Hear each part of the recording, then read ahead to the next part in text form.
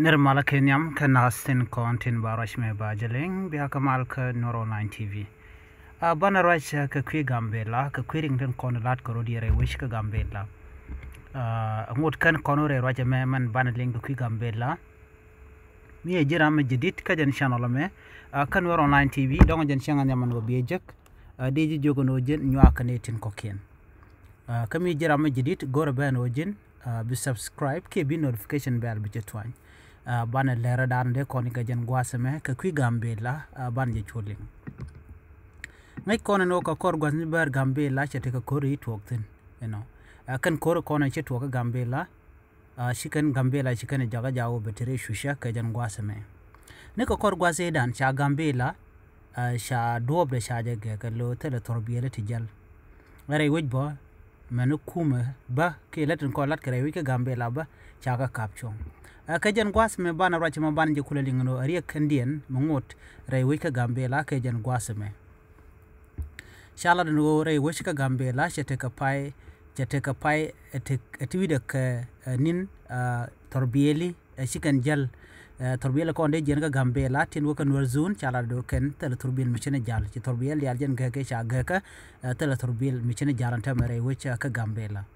torbiyele tin jel tin kap kana aske jen gwas men tama chala do ken ka torbiyele kwari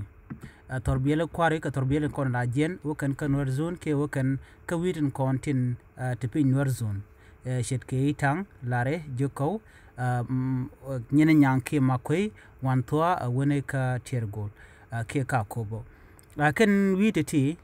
torbiyele tin kon la jen gambela shet ka basni chaka ngo ko lo chiken jel duno antama kan torbiyele kon jel ka torbiyele kwari kan torbiyele kwar totoni tila jen gambela la kan nangne kon la lat kume ka jen gwas men tama chaji no la nada kot ka kaba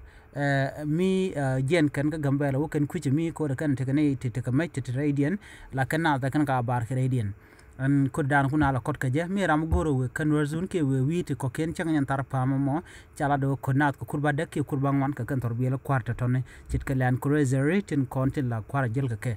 roja mo roj mi chalat netin content rewi ka gambela ka do badan gwi kana jeno tinate ne ka pai tele turbin mi jel rewi ka gambela ajan do badan en kona ka je en gambela shu na tin lunga jan gwasme ko ne ko na jena gambela la kan ko warzun ko kan